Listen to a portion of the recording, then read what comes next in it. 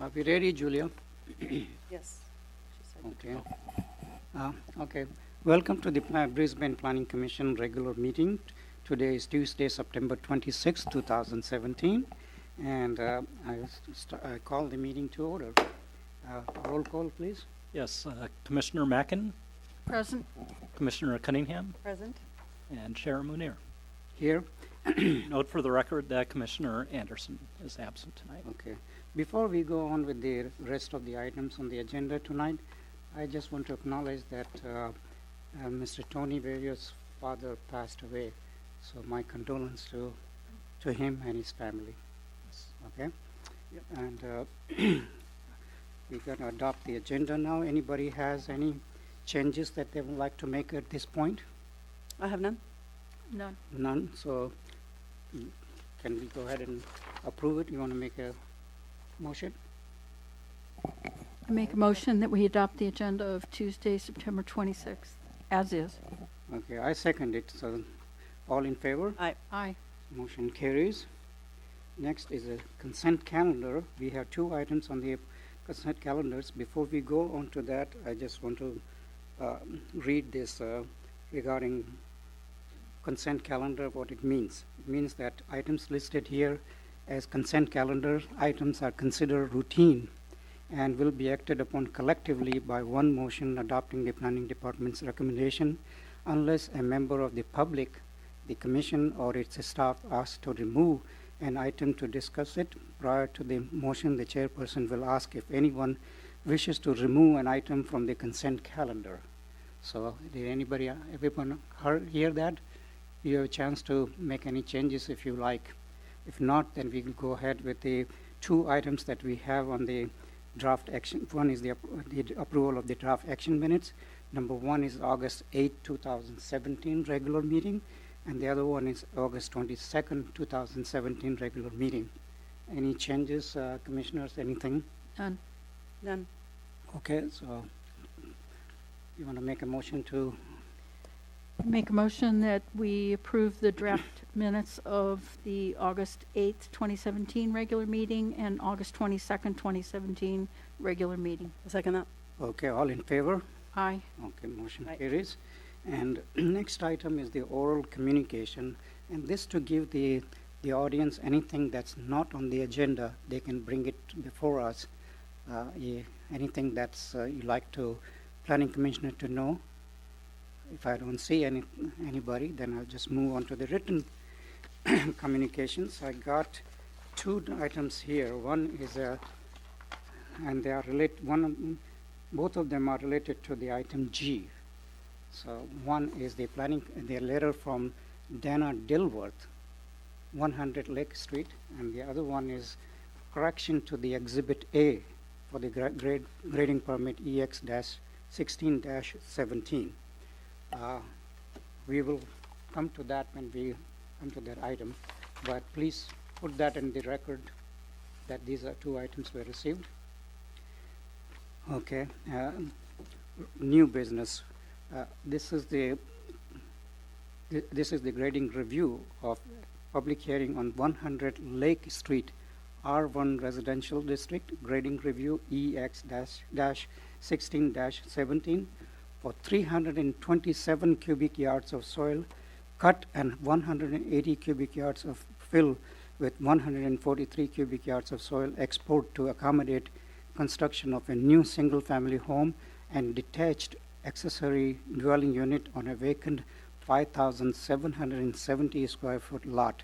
Jerry Cool is becoming a regular member here. Cool Design applicant Ronaldo J. Trust and Esau A. Junior Trust owner. They are the owners, and application number is 007-461-020. May I have the staff report, please? Good evening, Commission.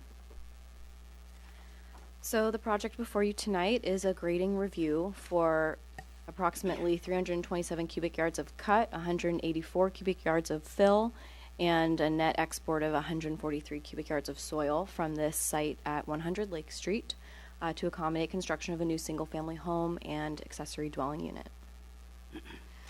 So So just to get you familiar with the site itself, here's some photos you can see here. This is a corner lot located at Lake Street and San Bruno Avenue.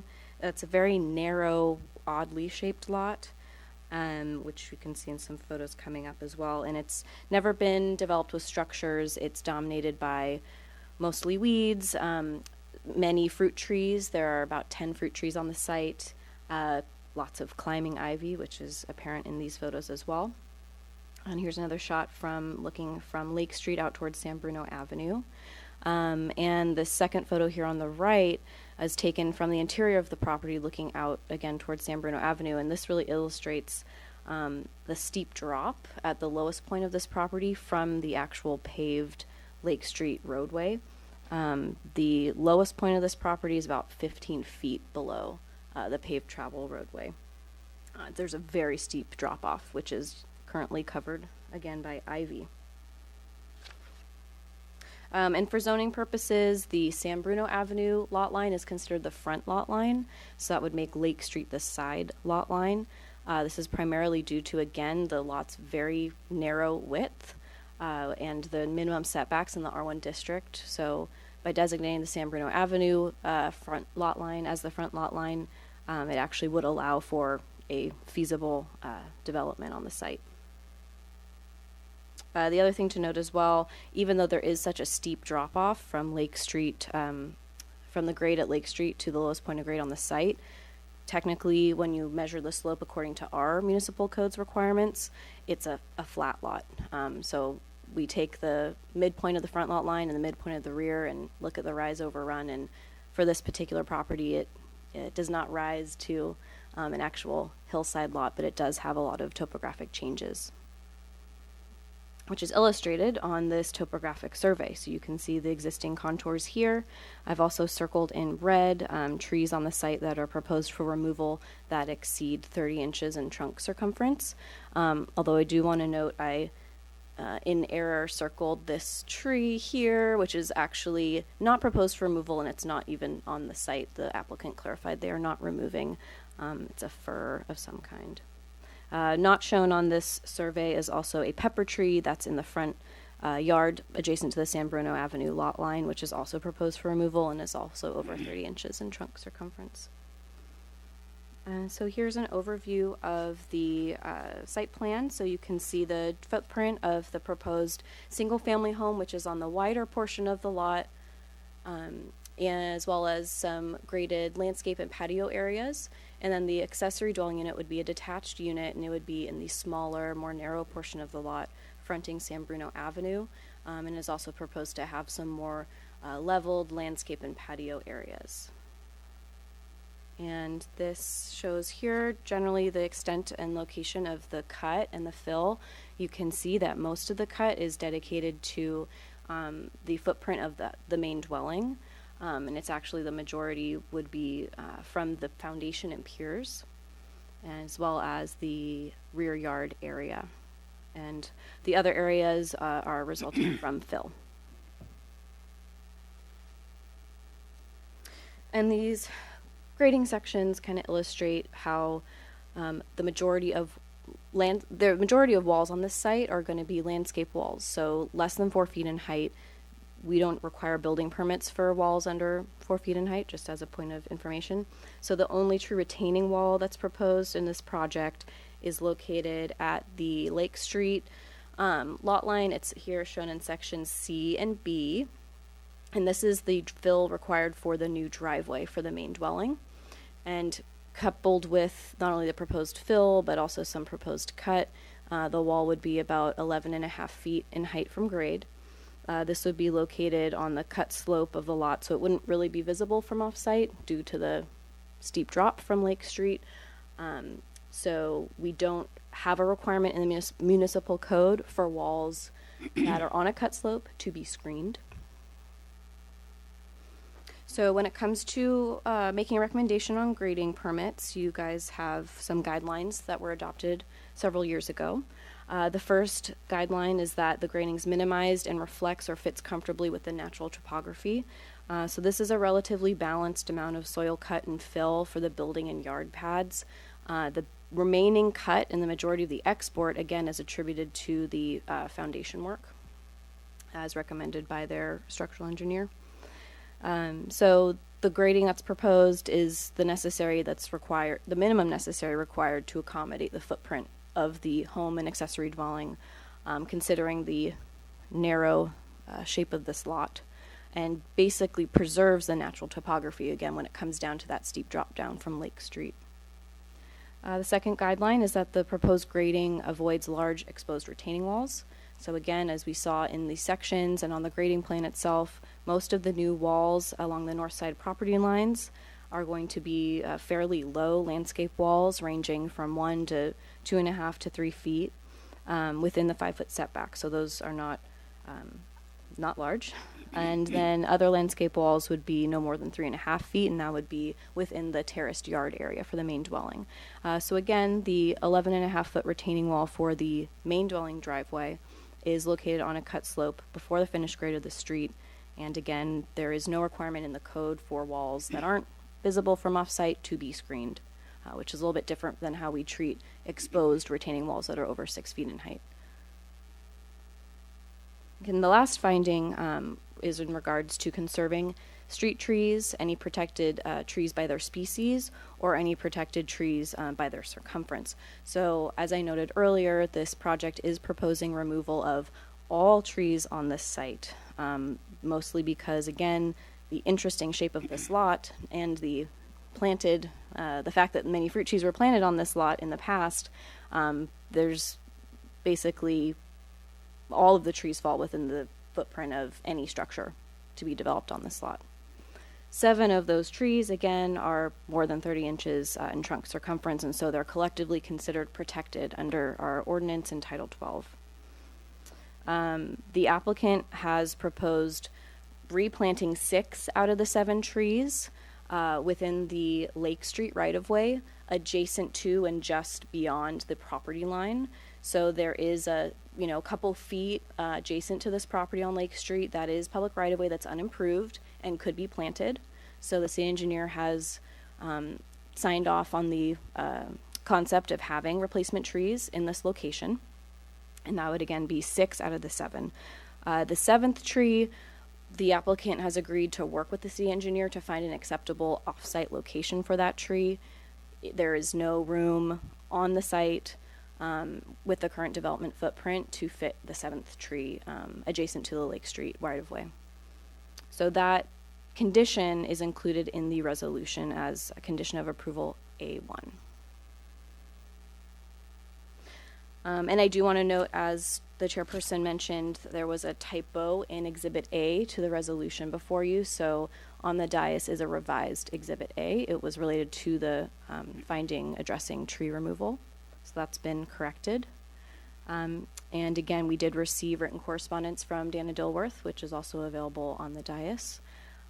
And so with that, we are recommending conditional approval of the project by adoption of the modified resolution in Exhibit A, subject to the findings and conditions of approval therein. So if you have any questions, I'm happy to answer. Thank you very much, Julia. I'll start with Commissioner McCain. Any questions for the staff? Yes, I do, please.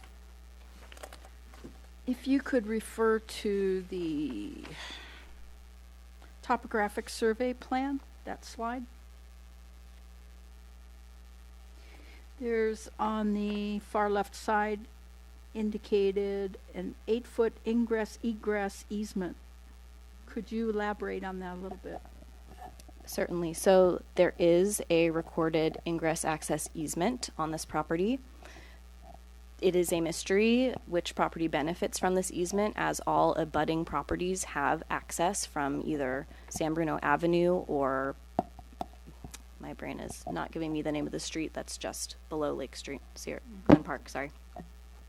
Our best guess, and it's addressed in the in the conditions of approval, we address this. Basically, at time of building permit, we're asking the applicant to demonstrate that this easement has been terminated.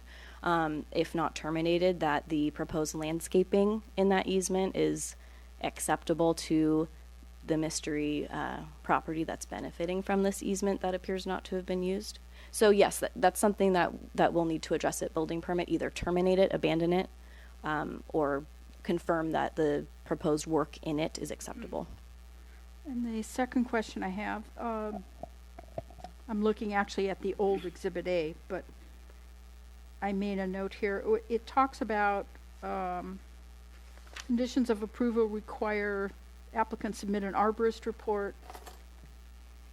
And then it's referencing protected redwood trees on the adjacent property at 676 Lake Street. I couldn't find those. Could you tell me where those are on the topographic map? That's an error in the staff report, so you can strike that. Okay. Okay, that explains why I didn't see them when I went to the site. Thank you. That's all the No redwood questions trees I on have. this site. Okay, no more questions, right? How about you, Commissioner Cunningham? Yeah, G-1-17. The trees that are going to be replanted in the city's right-of-way, does that preclude parking in that area if we put trees there? That's something that the applicant's going to work with the city engineer. I think everyone is interested in preserving what is currently providing, a significant amount of street parking on that portion of Lake Street. And the applicant has proposed that these trees basically be planted right on the property line. But yes, that is something that should be taken into account Okay, into the building permit. that was my only question. That's all?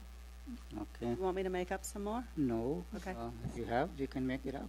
But just want to make sure that you have both of you have the opportunity to ask staff any questions. Okay, I've just got another one then. See? I knew you the had an- another It's all question. good.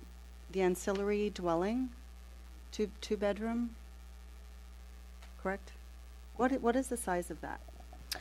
It's less than we have 1,000 square foot maximum for new accessory dwelling units, and it is less than that. We haven't provided the floor plans here since that's not part of the grading review. Right, so do we then kind of add that into the pot of creating additional housing in Brisbane? Yeah, when we do our report, like our housing element report, to say how many planning approvals that we've authorized, yes, we would count any accessory dwelling units as well. Perfect. So this will be count towards the housing element, Good. right? Okay, I don't have any questions at this time. What I want to Excuse do me, is, if I may, the chair, I do have one more question. one more questions, go ahead. You started? Thinking back to looking at the actual property and the topography, I did speak to a couple neighbors, and because of this, it's not really steep. It is a really odd topography. Have we looked at this for drainage at all into existing homes that are below it? So in the building permit, yes, drainage is a required component of their building permit plan set. And this actually came in as a building permit, so it's already undergoing review. It's already gone through one round of review where we caught that the grading needed your approval. So yes, we are looking at drainage. They do need to provide a drainage plan and demonstrate that with the site development and grading that's proposed, it won't result in, any excessive drainage onto neighboring properties. We also have our stormwater requirements to retain stormwater, which the applicants are proposing some permeable pavement in the yards. So that is in the area, adjacent to the nearby properties. So they're actually going to be retaining water in those areas. And the applicant can speak more to that as well. Thank you. Go ahead.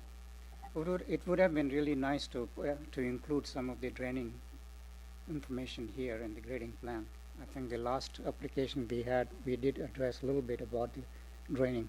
Here is not included. And I think it's a big concern when you do the grading. So I think in the next and further in a future application, make sure you add the information about the drainage. It's always required at building permit. Absolutely. Yeah, I know it's required in the building permit, but when we are looking at the cuts and fills, you want to make sure that it's not going to be any problem with the drainage.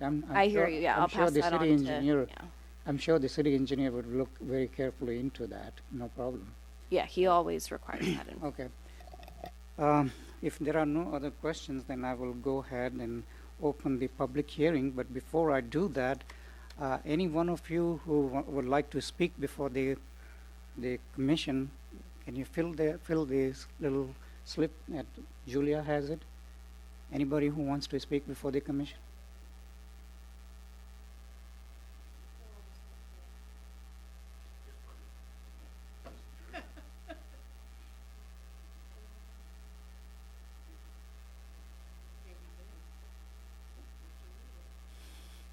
This way we'll make sure that everybody get the opportunity to talk about the project, what are their concerns, you know.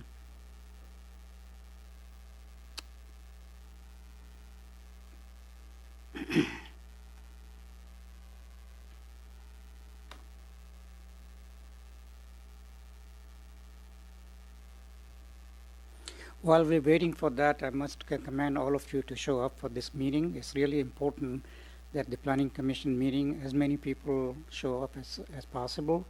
That way it gives us a better idea, you know, as to what the community concerns are, people living in the surrounding area there. And it's very, very, I'm very happy that a lot of people are here tonight.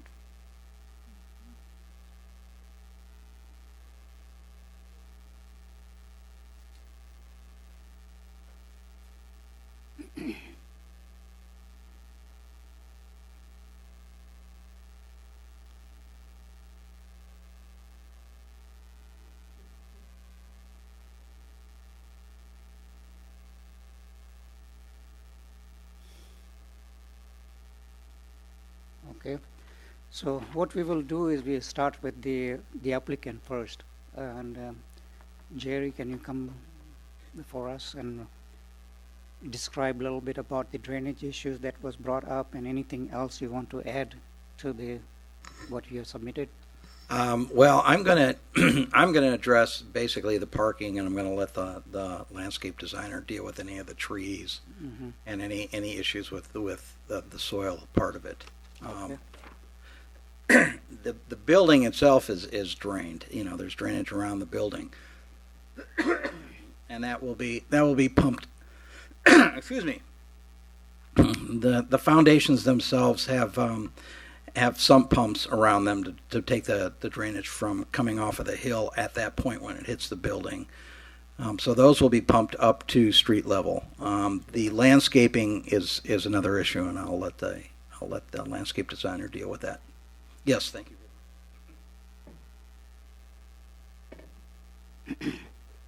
Did you have any particular questions? Commissioners, do you have any questions for the applicant?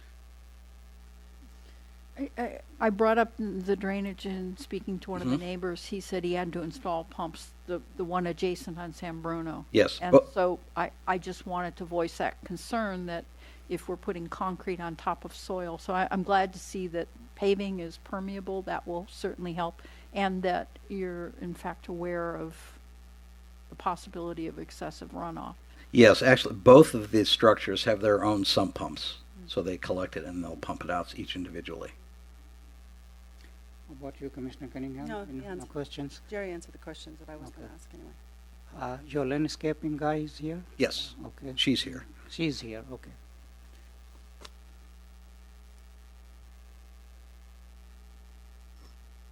Hi, I'm Sarah Fitzgerald, and I've done the landscaping design for this. And I'm suggesting 6 Arbutus marina, which are a near native, and after their initial settling in process, they should be able to survive completely without any support in this climate. They're well adapted to this climate. They're a nice, neat street tree with lots of interesting color, and they are evergreen. And we are very happy to give whatever tree Brisbane would love to have somewhere else. We're happy to discuss that with whoever wants it today. Apart from that, the landscaping is very simple. Any questions? Any questions for landscape architect? Could you tell me, is there any landscaping on the San Bruno side, the east side of the property? There will be some native planting in the area beside the bridge to the house. Yes. Thank you. And I really would like this to be fair. The the area up. It's a very wild piece of brambly stuff at the moment, and I'd like it to stay feeling fairly native. And that's I very like good. native. That's very good to see that, yeah. It seems appropriate for the site the way it looks now. Yeah. There's some pictures of the tree if you're interested, the trees. I looked them up. They're in very poor shape. Those poor trees. Yeah, no, the Oh, the arbutus. arbutus, yeah. Yeah. Known as the strawberry tree. Karen, you have any questions for the Lancaster? No, I don't. I just, the whole drainage thing, as long as that's addressed, because Right. that does slope down onto Glen Park Way, and I know some of the homeowners on Glen Parkway already have weird wet situations in their backyards in the winter of unknown origin, so we don't want to be exacerbating that issue. Definitely. Yeah, thanks. Thank you very much. Okay. Now we will start with the number one slip that I got. Renee, Need to open the public hearing. you already opened the public Oh. hearing. You already did. Hello, my name is Renee Manzanares, and I reside at 147 Lake Street. I've been living there since 1981, so I've seen the pros and cons of that narrow sidewalk, or that narrow street, excuse me. And after speaking to a few of the neighbors, the big concern, of course, the issue is the parking. As we're finding that more and more homes are renting out rooms and allowing more roommates to come in and utilize the parking there. That was a big concern. But for me, since this meeting is pertaining to the grading, my concern is the height. Once we start moving some of this dirt around, projectedly, I don't know how high these homes are going to be, if they're going to obstruct my view from my house. And I was going to see if the commissioner can propose some kind of skeleton or something, just to give me some kind of ideal. I don't know as far as what 327 cubic yards of dirt, if it's shifted around, and how much fill is going to be in there. So my concern is that the height of the homes, and as far as the parking, I've seen 2 cars go in that corner. That's the big safety issue too. That have come over San Bruno Avenue. That's had accidents into that empty lot. Is there going to be any kind of proposal on the corner there of San Bruno and Lake Street? These are just some of the issues that just come up to my mind. But like I said, the one of the other issues as far as the concern is the height of these homes here. So I understand that pertains to the building, but grading is the basis. And I'd like to see something more about that as far as the height of that. Okay. I do think those plans would be available through the city for you to go look at. Yeah, I already took a look at it, but Okay, it's kind of hard to project how high it's going to be. You know what I'm saying? yes. What I'm saying is that if somebody was to put like some kind of 2x4 to show this is going to be the height of the home. Yeah, I think we did that in one of the projects we had before on Yeah. Thomas Road. Mhm. And I think something like that can be done, and maybe we can suggest that to staff Yeah. if that will satisfy your concern. Sure, Okay. definitely.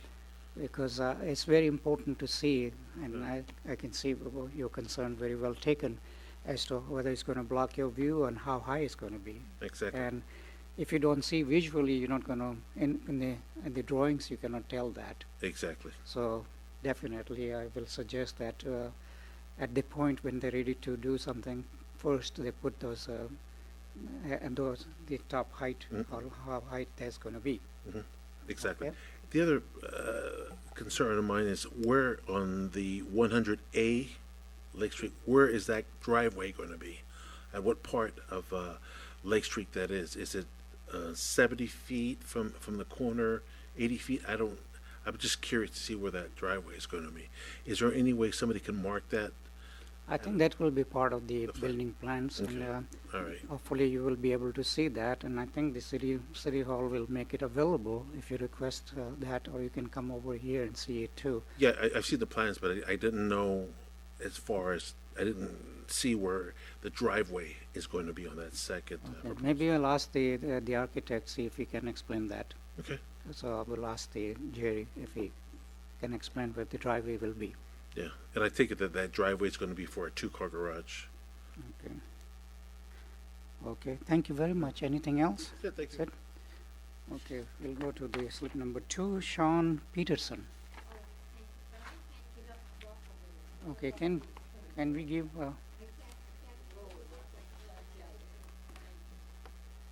before, before you start speaking, I like to make sure that everybody knows Sean Peterson. They don't have to.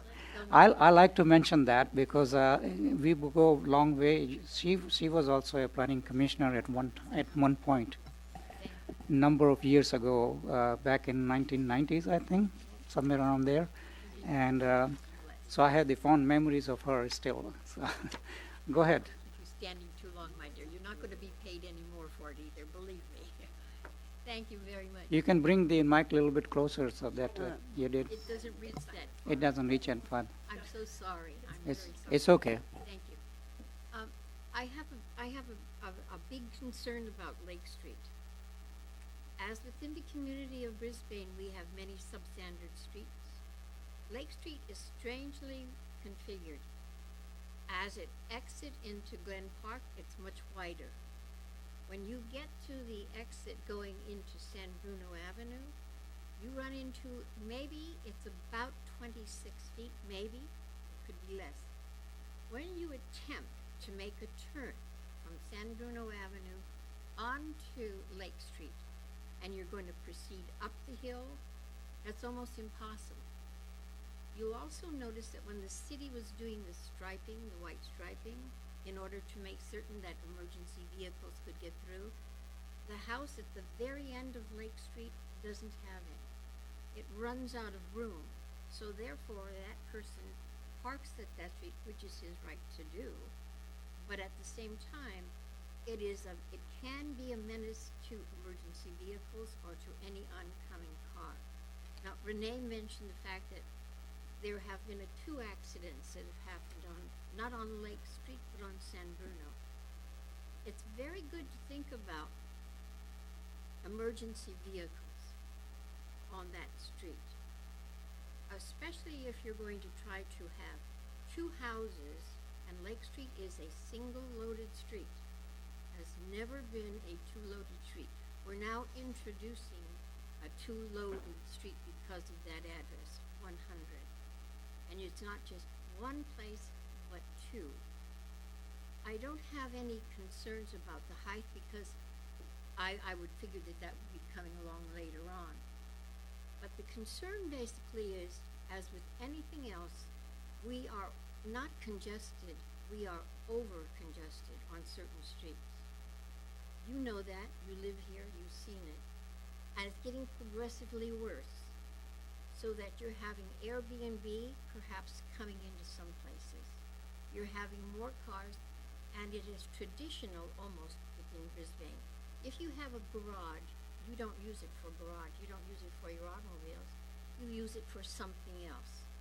So I have a concern about the 2 places being placed on this. I also have a concern about the removal of the trees and the replacement. Indeed, there is a problem on Lake Street in Brisbane. There are springs that are located throughout Brisbane, and that's why we have some pumps, and we do have a runoff problem. And now that the weather is becoming more and more inclement, whether we believe in climate change or not, there is something happening. At my house, and I live at 165 Lake Street, and I've been there for over 30 years, I have seen more water come down from the uphill on Humboldt. It's not like a river, but it's constantly running. That is a severe problem. And I understand the concern that the engineer is going to look at the drainage and so on, but I would love to be able to see and be more comfortable that there's going to be some way to funnel that water out. Years ago on San Bruno Avenue, Mrs. Wisman was living in her house. We had a big storm come through. What then happened is she was flooded. The city had to come in and take care of That was years ago, and it's increasingly getting worse and worse as we go through. So I am very concerned about that, the removal of all of those trees. I don't know what those other trees look like, replacement of them. Right now, the one end, and you saw it on the map, the one end of that lot is very narrow, and we're going to place a house on that. It's going to be, they'll have cars as well. That is a big concern. To the part where I'm saying, even though people have garages, they're not going to use it. I don't believe it. Not in the way environments are today. This evening, coming over to show you what has happened, there was a person who lives at the end of the block, and there were 15 cars parked on our street, and had to exit the car and walk all the way to the end of the block in order to park. That's a problem when you think of it. And so, being practical, I do think that we don't have curbs. Years ago, it was decided we should have roll curbs, and that facilitated parking. Now those roll curbs that have facilitated are working quite well, but now we've run out of space. Fortunately, at my house, I have a garage, and I do have a car in it, and I have 2 off-site parking spaces. I can also park tandem in front of the garage. So I have no parking problem personally, but there are others that do, and I think we have to be very cautious when we look at things, and we have to look at them differently than we did 5 years ago, because we have a huge increase in population. Thank you, dear. Now you can put it down. Thank you. Thank you. Good job, dear Julia. Okay. Your concerns well taken, and maybe we will discuss during the deliberation what we can do, what we can suggest to the staff to take it back to the Public Works Director to answer some of the questions, because a lot of these are related not to the grading permit, as you know. And tonight we are here for the grading permit, but it's a good idea to bring these concerns to the city engineer. That's exactly it, because even though it deals with grading, it's just not grading. Yes. It's not parking. It's not just the tree. It's all together. Right. I understand very well. Thank you very much. Next one is Meg. Can read the last name. Ankerberg. Okay. I can spell it for you. Ankenbrook. Okay. Ankenbrook. Thank you very much. And I appreciate what everyone else has brought. That was a lot of the same issues and concerns that I've had. The other one is the last time that property was disturbed, we all got an influx of rodents that came across the street. I don't know if there's anything we can do about that, but I just wanted to let you know that I have a concern about the amount of rodents that we got at that time. I did get a cat, which was very successful. So other than that, I think everyone's already brought up most of the other concerns that I've had too. So thank you. Thank you very much. Well, ivy is a rodent habitat. I know, and that's Yeah. because they cleaned that all up and we all got just an influx. Okay. The next. Thank you. Next one is it Buthe Warfield?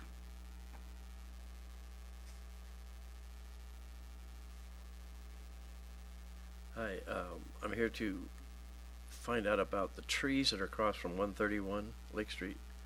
There's cottonwood trees that are being held up by 2x6s and 2x10s, holding up against the wall, which holds up the road. 131 Lake? Yeah. And 125 is next to that. These trees are cottonwoods, and they I don't know why they're supported like that either, because last winter I thought they moved their position a little bit because we had a lot of rain.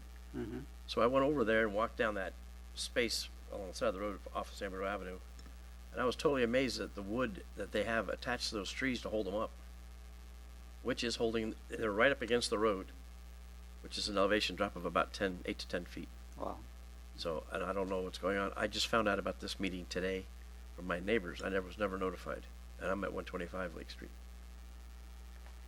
Yeah, you were not notified? I was not notified. I got nothing in the mail or anything. Yes. But my neighbors told me about it this morning, so that's why I'm here with them. Okay.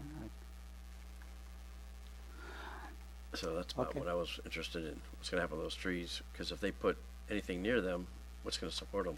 Because those boards have to come out. So these are trees on the other side of the road from this property. I'm looking at 131 and it's not on the same side of the street. It's opposite of 131. Opposite. Yeah. Okay. See, because the road comes through, now on the other side of the street, or the parking is, there's blackberry bushes and stuff and ivy bushes. Yep. And it drops straight down 8 to 10 feet, and those trees are right up against that wall. Um, If you remove those trees, you're going to support that hill and the road. It's not going to be there anymore. And those trees are held up by boards but that's, That will be that you removed. can only see from the lot. You can't see it from the road. You have to go down into the lot and see it. but they're on the property at 131, not at 100. No, across the street from 131. It's on this property that we're talking about. It is on this property across from 131 he's talking across about. the street. Yeah. Got it. So it's on this property. Okay. And from the street, there's a parking area, and then it drops off. Okay. Those trees are right up against the wall there, Okay. and it's straight up and down. So when you move those, if you remove those trees or build something there, what's going to hold those trees up? You can't have those boards there. Yeah, that's very true. I don't know if that's already been addressed or not. That's why I'm here. We will Okay, get to that. the landscape architect raising her hand wants to respond to your concern. Yes, you can. You may.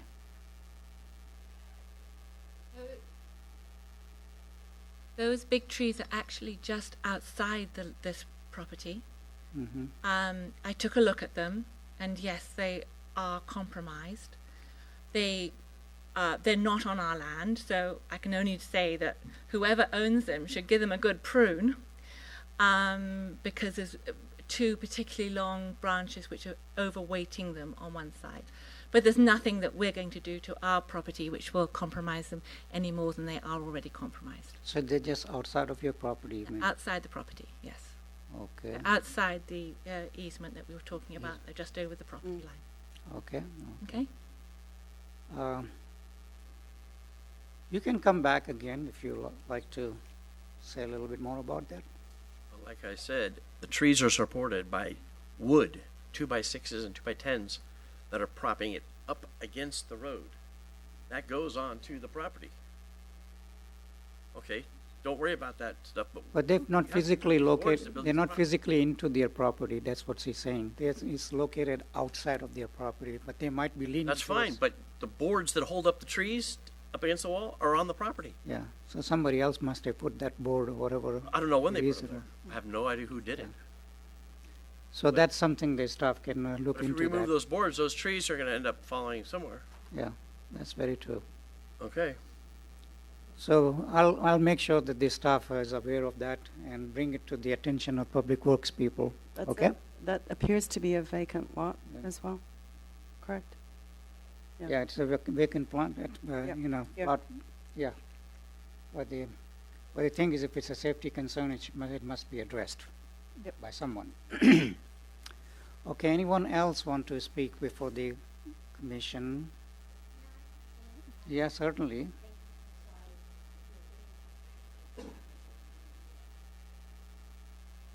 Jamil, you want to stand from the man in the back corner? The man in the back Mike, corner raised. Let's go back then to the grading, okay? First of all, we're going to have 327 cubic yards of cut, okay? 184 cubic yards of fill, and then 143 yards of soil. How many truckloads are we looking at? And how is that going to be trafficked? How is that, or how will that flow through the street? Right now, we're having some work done on the street, and if you have a large truck coming in, it's going to be very difficult to get another car around because it's a substandard street. So how many truckloads are we speaking of? And what will be the flow of traffic of those? Okay. Okay, Jerry will respond to that. He raised his hand, so thank you, Jerry. I I don't know exactly how many truckloads that would be, but what happens is that is coordinated between Public Works and in the street. So basically what'll happen is there'll be a time frame, the contractor will work with Public Works, they'll put up signage saying that we might, the road might be narrow between this time and time. I don't off the top of my head, no. If you want to speak, you have to come before the mic so people at home can hear you. It depends on the dump truck, and that's totally up to the arrangement between Public Works and the contractor. I think what you You need to speak in the mic so that people can hear. It's Just an approximation of, is it approximately 15 yards per dumpster? possibly. Jamil, they can't Yeah. hear them at home. Can you please talk in the mic so that people at home can Just- hear you? Approximately about 15 yards per truck. I'm not a truck driver. I'm just average. It could be 12 or 15 approximately. So figure with 350, more or less you could do the math. Well, it's not 350. It's Okay, I have an answer. Yeah. But if you bring up the cut and fill chart, you'll see that most of what we're cutting is being spread out onto the land, and also we're backfilling up to the house because we're building that retaining wall to hold the house up. That'll all get backfilled with most of the cut. So more than half of the cut is just being spread around on the land itself. Yeah, I think all the cut material will not be taken out of the Yes. site. So how much It's is going to be filled. So As far as how many truckloads, but again, that the neighborhood will be notified when that's going on. can you speak on the mic, Jerry? Hey, Sorry. Jerry, what was the net load out? I think it was 143 or 147. I don't have that number on top of my head. Yeah, Where it is, it's up there. 143? Yeah, Yeah, there 143. we It's go. on your Okay, screen. so here, I'm going to read this to you. So if it's 15, then it's rough. Yeah, dump trucks are rated by how many cubic yards they can carry. The average commercial dump truck holds anywhere from 10 to 14 cubic yards of dirt. So I think Jerry, depending upon the conditions you can have a smaller trucks that will accommodate that substandard street. So that will be determined by the city engineer. yes, Of course, you're not going to bring big truck where it cannot get into the. I personally am not bringing any truck. Yeah, but the thing is, that's something that safety concern and also the concern for the people living there has to be worked out with the city engineer. There are different sizes of trucks available. It may cost a little bit more because you will have to make more trips, but something that need to be addressed at the time when the permit is issued. So make sure that this record is you said it in this record here. I'm sure that Public Works director will be able to see that what your concerns I are. guarantee he will be. He will be. So, okay. Okay. So and there was one more hand that I'm getting to him. Yep.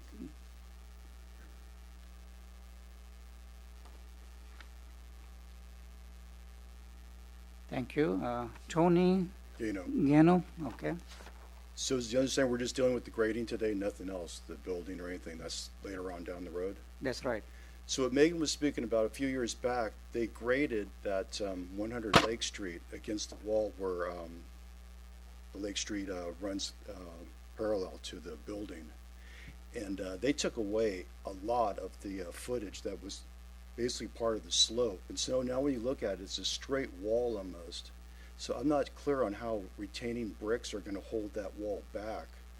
Also, too, when they dug that wall back and moved all the soil on the Lake Street where the parking is, we lost a lot of that parking there. Now, if you look at the picture of the truck that's in the Lake Street picture, there's a white parking line that comes down Lake Street that shows you have to park on that side of the white line. See how the truck is? Yes.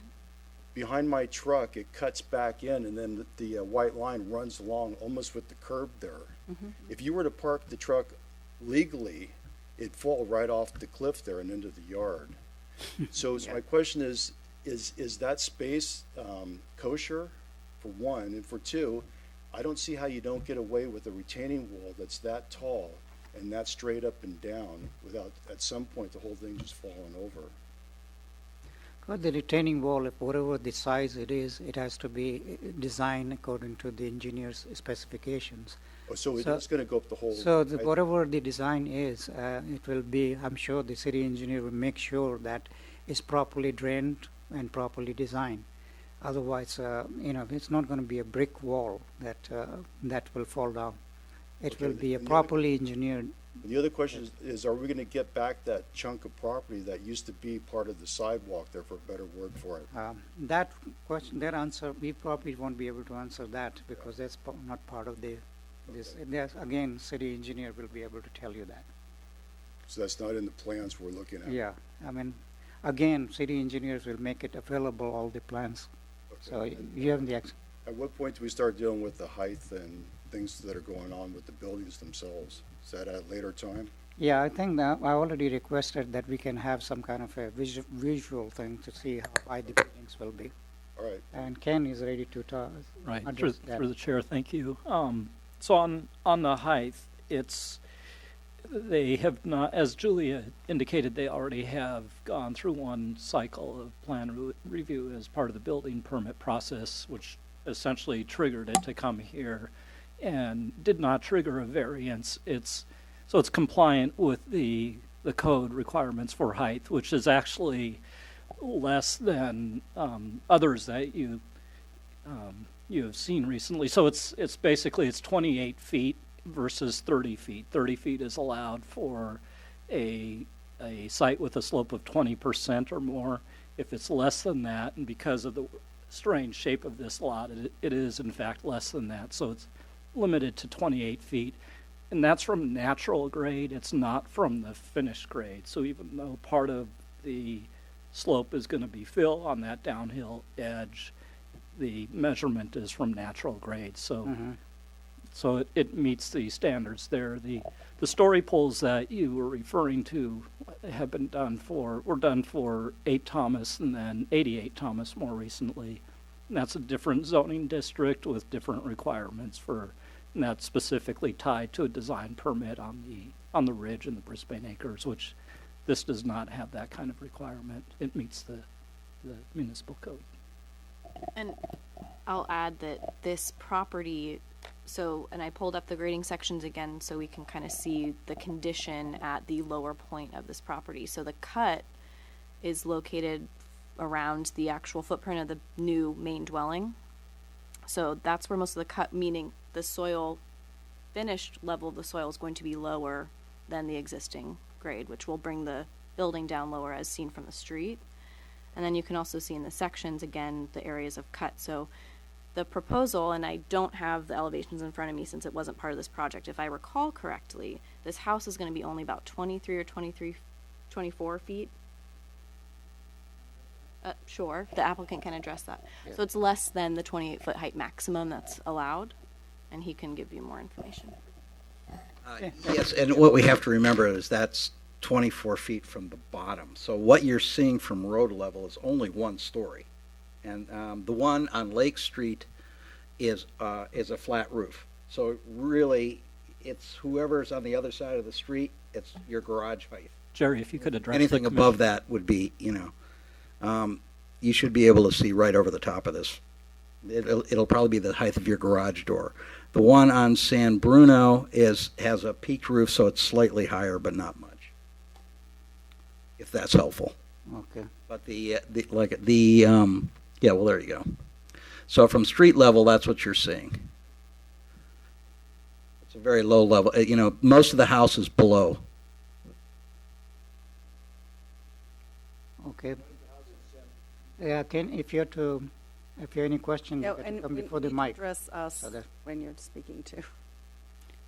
Because there are people at home listening to us also, so it's My important. concern was when they started calling the house 100 Lake Street, there was no 100 Lake Street. It's a San Bruno house. It faces San Bruno Avenue, and therefore it's San Bruno. So I didn't know if that was a dance they're trying to do to get a little higher building on that property. But it would seem to me that it would have to be like the other houses on San Bruno Avenue where they're stepped up and staggered with all flat roofs. And it'd be only fair if they were the same. Why is this house different than the houses that are next to it? Well, one, there's no design review of any kind on this, and the reason, it just has a slight peak. It's not going to be that much higher, and it does step up like the rest of them because the hill comes up. So the house is really low. So the driveway, which is the first floor, it comes right off of San Bruno. Right. So all you have above that is one story and a little peak roof, and it's a small house. So I mean, at some point I could put a number on how high above the street level it's going to be. And does that house have a garage? It does not, but it has a parking pad, which was something that we didn't really even have to provide, but we were providing it because we're actually providing 2 extra parking spaces for this project that aren't required. Okay, thank you, Jerry. And anybody else wants to say anything?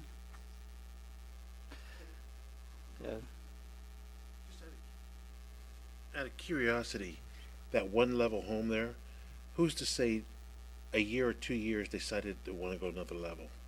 They can't. They had to come before they come. Okay. They have to meet whatever the applicable standards are. Sure. Right, and You cannot just go ahead and put another story without really meeting all the regulations and codes that we have. And I don't think if it doesn't meet, if they're already meeting already 28 feet high, from the ground level, Base. then they cannot go more than 2 feet high. 30 feet is maximum allowable height. So you don't have to worry about this at this point. When it comes before the chair. commission at that point. Sorry to interject here, but 28 feet is the max for this particular site versus 30 feet, which is allowed for other steeper sites. And I believe Julia mentioned that it's at about 23 or 24 feet now, so they wouldn't have space to add another story onto that. Okay. Thank you. Thank you very much for your concern, Lord. Okay, anybody else? Last chance. Come forward. I'm curious about these trees. See, this is all new to me today. About 9 o'clock this morning I was notified about this, but the 6 trees that are going to go in, what's going to happen about those trees I was talking about before? That is not on the property. What will happen to those trees that are not on the property? The ones I was discussing about? Yes. You say they're not on the property. So they are But not all on the the support property for then. the tree is coming off of that property. So these trees go in, what's going to happen to the trees that are there now? I think the Public Works Director has to address that. What's Because it gonna doesn't happen. look like this plan at all. No, it will not be in this plan because that's not their trees. But it's not going to look like that Yeah. because there's other trees in front of them that are holding up the road. I think so. I mean, that's something that the Public Works Director has to work with. Okay. So, All right, thank you. no problem. Okay, anyone else before we close the public hearing? Through Pardon me? No, I don't think so. It's not part of the general design plan review here. This is only the grading permit that they came before the planning commission. So this project is not under design review, right? That is correct. That's right. It's up to the planning commission at the end of your deliberations, essentially, as to what action, whether you approve it tonight or whether you need more time to deliberate on this. But that's your prerogative.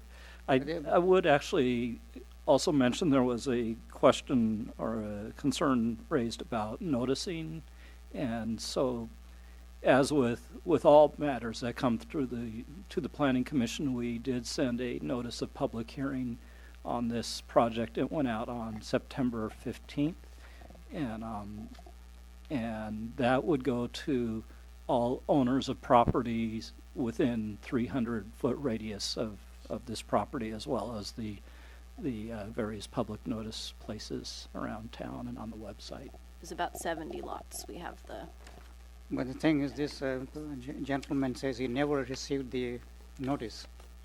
So definitely I put don't them in know the mail. what happened. They were definitely put in the mail, and we have a copy of the notice and labels. So we can blame the USPS. Okay, they didn't deliver it to that particular address. Anyhow, no one else, and one questions, go ahead.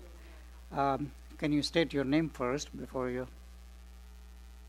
My name is Gloria Gonzalez. I'm at 165 Lake Street. I just want a clarification. We're talking about putting 2 units on this little small piece of property. Yes. And one can be a rental and one can be whatever, another house, right? I don't know That's what about the we're- rental part. yeah. That's on the options Two of. pieces, two houses on this odd piece of property, and I understand that this is not coming up before you now, but the grading impacts. Why isn't that first unit, the entrance? Why isn't it coming through San Bruno Avenue rather than Lake? That's the design question. Yeah, well, but I mean, if it's going to be in the front and it's really on San Bruno Avenue, it's not. The side of it hits the lake, but it's not really, shouldn't be addressed to the lake. It should have 2 different addresses. It's going to have one address only Yes. for both units? 100 and 100. Yes. Yes. Okay, I don't see anyone else. May I have a motion to close the public hearings? I'll make a motion to close the public hearing. Second the motion. Second, all in favor? Aye. Motion carries. Now we're going to deliberate on this particular issue, this particular application. Commissioner McCain, any thoughts, Many. Many? Okay. First of all, for the last speaker that came to the podium, accessory dwelling units are something that the state approved, and so it's within the legal realm of the property owner to do that. It's not something we can say you can't do that. That's part of a new state law. Concerns about parking, and it's not clear to me how wide the driveway is. Perhaps Jerry could address that. 18 feet wide. 18 feet, okay. And so the intersection of the driveway with the white striping by the rolled curb, is that driveway slated for the area of Lake Street where this white stripe is almost on the rolled curb? Do you know? In other words, are we losing parking or are we not losing parking?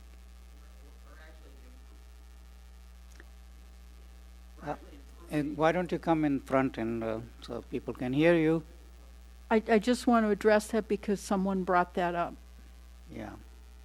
I don't know exactly where the white stripe is, but we are making sure that from the driveway that way, we're actually putting a retaining wall so that we can have legal parking there, so that you're not falling off the hill when you're off the curb. That's the 2 spaces that are indicated on the plan. Exactly. Okay. So you're actually improving the parking situation there, okay? Okay. The situation of the corner of San Bruno and Lake Street, Ms. Peterson, you brought up, thank you for that, and the safety. That's something I'd like to see the city engineer take a look at, because even with fill and adding that ADU unit, that's still going to be an ongoing problem. And it appears to me, from what I saw looking at the site and from the anecdotal comments from the public, that the corner, if you're going south on San Bruno and turn onto Lake, no one's parking near that corner. Is that correct? Okay. So it's probably a sightline problem when people turn. They don't know where the road is. And perhaps that needs to be clearly marked. I'm certain that the property owner doesn't want a car pitching down into their new accessory dwelling unit there. So that might be something for the city engineer to confer with the property owner as well. My other concern is similar to what was voiced about water. And every time we have a plan that comes in and we have all these steep slopes and we ask about drainage and we're told it's engineered into the plans.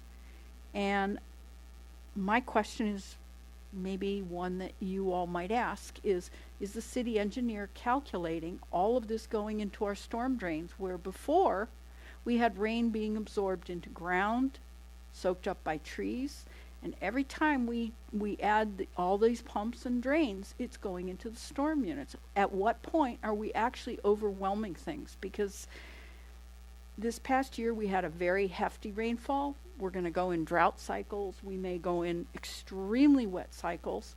And where is all this water going to go? Because we've added an unprecedented number of new homes, a lot of concrete, a lot of driveways. Are we in fact overwhelming our system? That's something I would really like our city engineer to address. You can't just keep putting more in the storm drain and expect it to have capacity.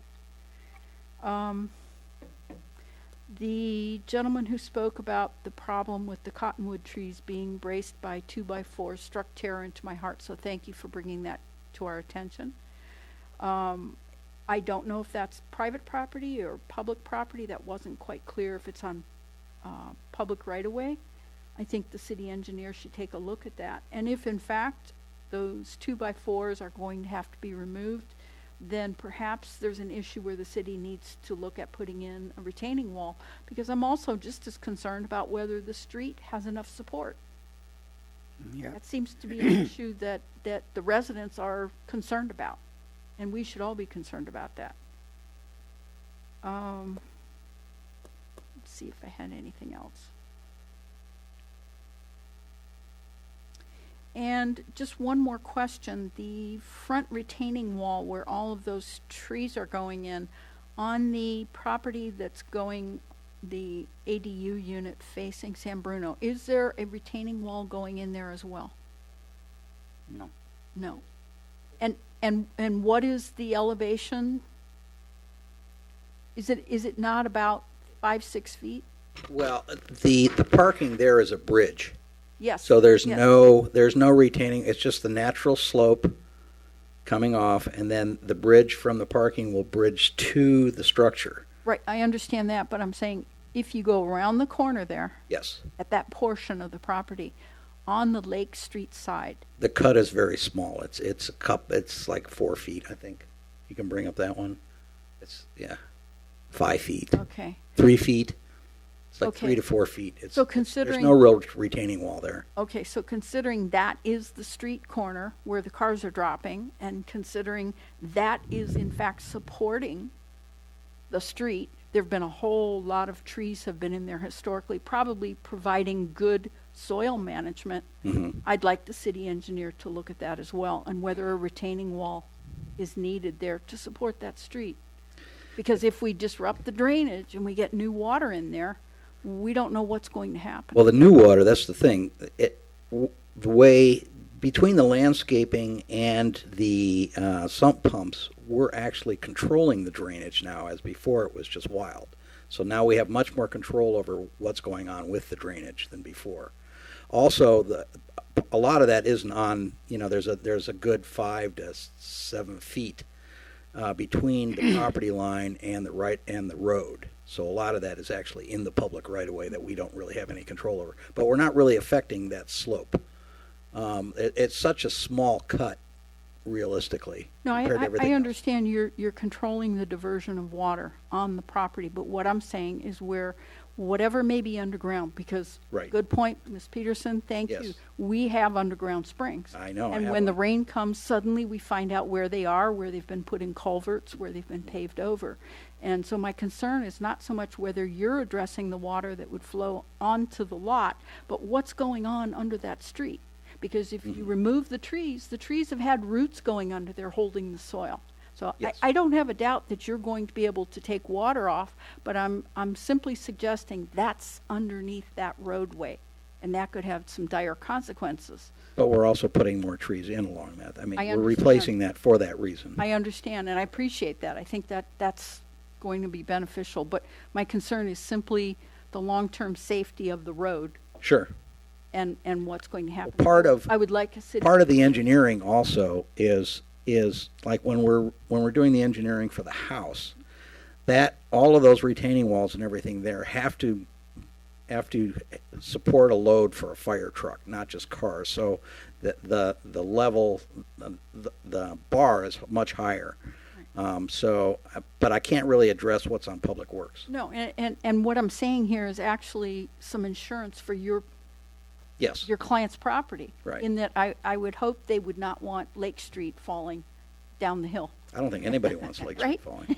So I think the neighbors would also like a little reassurance that you're not trying to disrupt things, but perhaps there are existing concerns, even if you did nothing on the property. Right. The fact that the trees are leaning, the fact that maybe some of that street's being undercut by natural erosion or springs. So I would like us to just look at it. Yeah, for that would be up to everyone's sake. that would be up to the city engineer, really. Yes. Okay. Agreed. Thank you.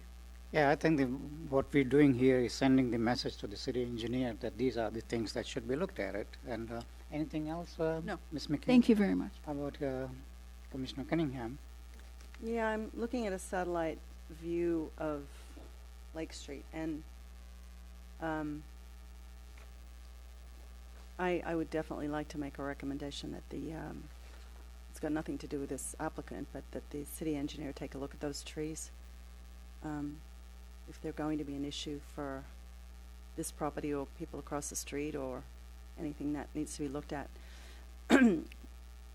With regard to the cars turning onto Lake Street from San Bruno that are coming down the hill, I can see just looking at this image where they'll be, if they're coming around too fast, that it'll be an overshoot. The city owns quite a bit of property on that corner, and maybe we need to look at traffic safety there, as that was brought up, rather than it's not part of this application. It's just an observation now that it's been brought to our attention that maybe the city needs to fix that street on its own. I'm sure our city engineer is very well aware of the retaining walls that are required for this property, so I don't really have any questions about that. Drainage still sort of swims around in my mind as well, because when we've got all the development that had happened above Lake Street on Humboldt and above has changed the water course over the years, and again, as we add more concrete, we create different kinds of problems because we're changing the natural course of the water coming down the hills. So I'd be very interested to hear more back about what that looks like, and how does it look to the houses above? What's changed for them? So, and they're now going to be diverting water, so the people on the lower side on Glen Parkway could be affected with diverting water. I understand, putting the sump pumps in is probably better than we've ever had, but that information obviously needs to be brought to the public's attention as they've brought it up as concerns. So it's not really relevant to what's before us, but it's relevant as an overall impact in the community. Okay. Anything else? No. Okay. Regarding the traffic safety, I think one of the main concerns always has been, in being a traffic engineer, I can speak more about that you need to have what you call the sight distances, and none of these streets have adequate sight distances to make sure that there won't be any collision, and that's something is a large scale problem. And when we build any kind of a retaining wall like that, we have to make sure that it's not going to block the sight if people coming from San Bruno or Lake Street. So that's something that city engineer has to look very carefully when he look at this particular project and see that doesn't happen. And regarding the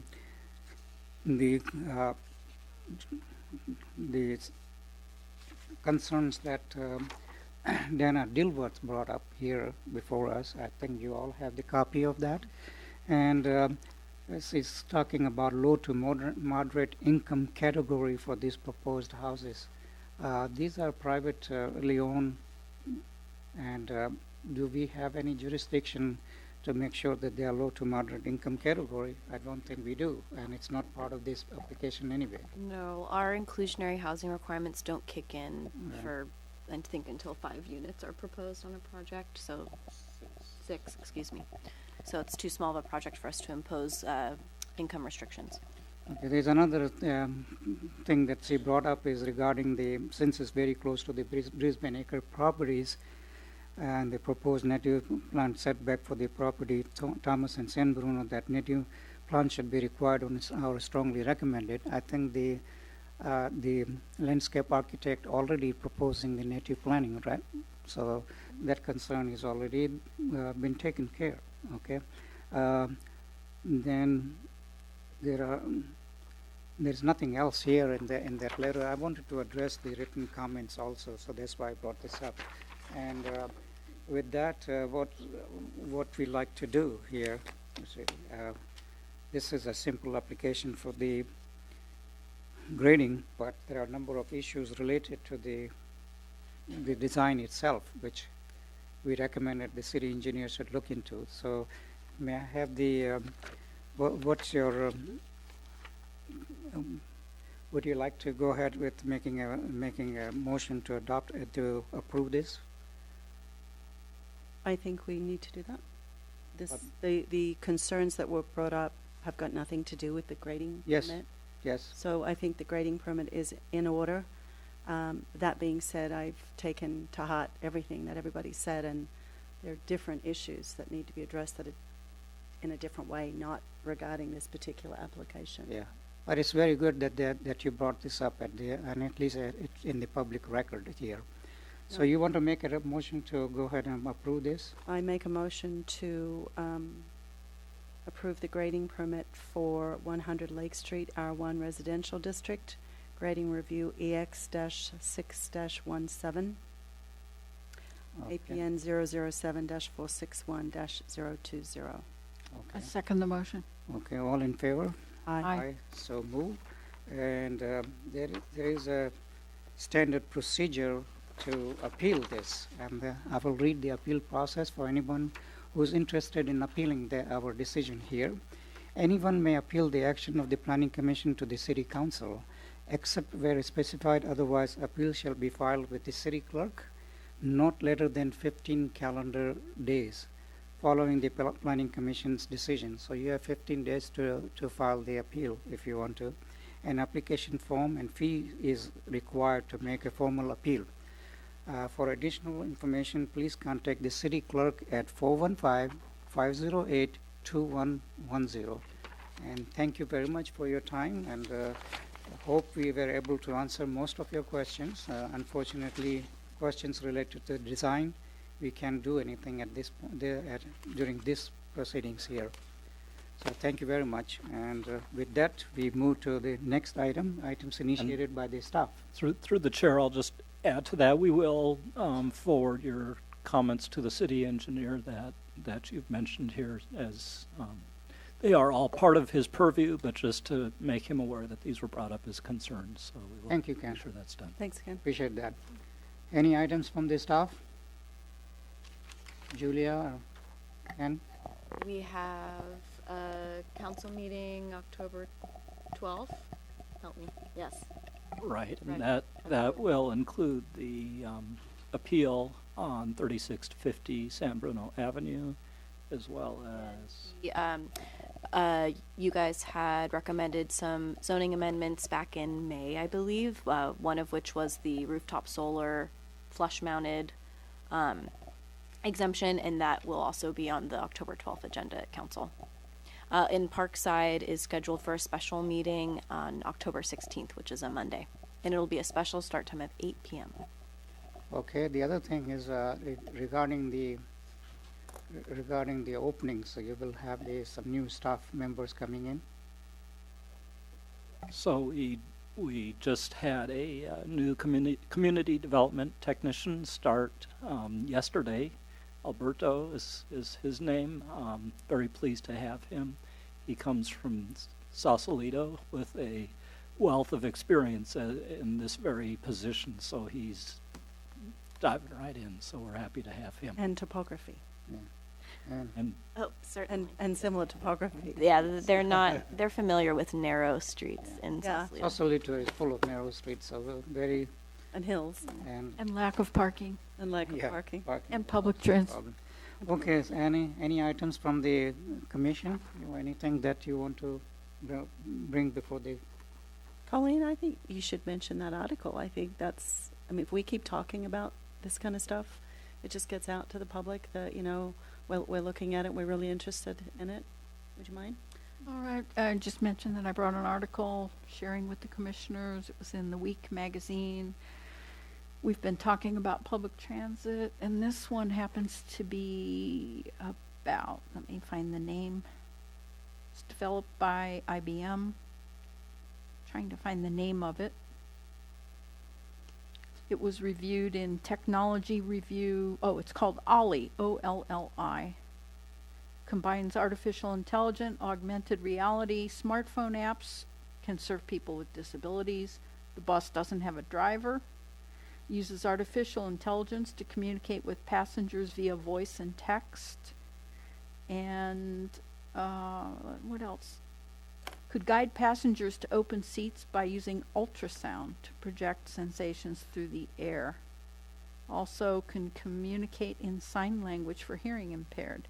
And the buses are expected to enter production summer of 2018. So some things that we've talked about, numerous meetings where they may seem far-fetched or far in the future, they're really not. And a lot of these technologies, as Commissioner Cunningham has mentioned several times, they're really not that expensive. And Ollie is not a big bus. Ollie is a very small vehicle that looks like it might seat, I would guess about 8 people, 10 people, maybe 12 max. Mm-hmm. And so the maneuverability on narrow streets and winding paths could be applicable here, and it could give increased mobility to our residents who either don't have a car, more and more people don't, but also those who retire and stop driving, and those who work out Crocker, Sierra Point, want to come in town, could rejuvenate some of our retail and the restaurants. the cost that you mentioned is the cost for the car itself, right? Mm-hmm. Yeah. Does it include the cost for the entire, in order to have the driverless vehicle, you need to have the roadside sensors, some kind of a sensors to guide them, and the cost for that. Now, the one project that I think we earlier mentioned was Columbus, Ohio. Mhm. Okay, I looked at that, and they got the grant for $5 million plus. Okay, and this is still in the infant stages. It's going to take a while. I was part of the Intelligent Transportation Committee. That was number of years actually. I was the one time of the chairman of that committee also. And it may look like it's not very expensive, the car itself, but there are a lot of ancillary stuff that need to be done, and also all the standards have to be met. So even though the San Francisco and other cities applied for that, it's an experimental project, and if we want to look into that, we have to do a lot of homework before we say that this is doable here. And so I just wanted to bring it up because I have a lot of experience in those things before. Good, we're going to be counting on you. Being a member of the Intelligent Transportation Committee that was set up by Transportation System Center in Cambridge, Massachusetts. So I'm very interested in this, but at this point, that technology is not there. And in order to do that, we're talking about a lot of capital expenditure. Well, I think one thing to consider with what you're saying is when I say the technology is sooner than later, it doesn't mean that we would have it on the street in Brisbane in 2 or 3 years. No, it's But what it means is as the competition grows and more people are developing these, the inherent, well taken what you said, the inherent cost initially, the investment, the ancillary costs, yeah. we can allow bigger cities to do the test runs. And the bonus to us is they're coming online sooner and faster, which makes it more available to us. rather than waiting perhaps Yeah. 10, 20 years. But Well, I understand your point. What I'm saying is that it's a good thing, but it's going to take a while, and it takes a lot of capital. Improvement. Costs are very, if we have the money and desire to do that, we can do that. But bigger cities like San Francisco and others are not able to do it at this point. And there are also regulations that are not met yet, because the Federal Highway Administration has to come up with the regulations regarding unmade driverless vehicles, and they're still testing on that. Safety will be a big concern, and the thing is, any system you design, you have to have a redundancy in that in order to make sure that it's not going to collide with somebody else, and it's not that easy. It may look like it's very cheap and we can do it tomorrow. No, so be careful when we start these kind of projects. Well, it's just a discussion. And for anybody who's interested, there's more information at meetolli.auto, and that's meetolli.auto, AUTO. Yeah, I think there are There's a lot of information. There are a lot of other companies are doing that too, and including Mercedes-Benz. They are working on this also, and it's a good thing. Ultimately the time will come where all the transportation system will be more efficient, working with the environment, and reduce the cost and more safe. Actually, automated systems are inherently safer than the man-made, because we have the tendency to miss.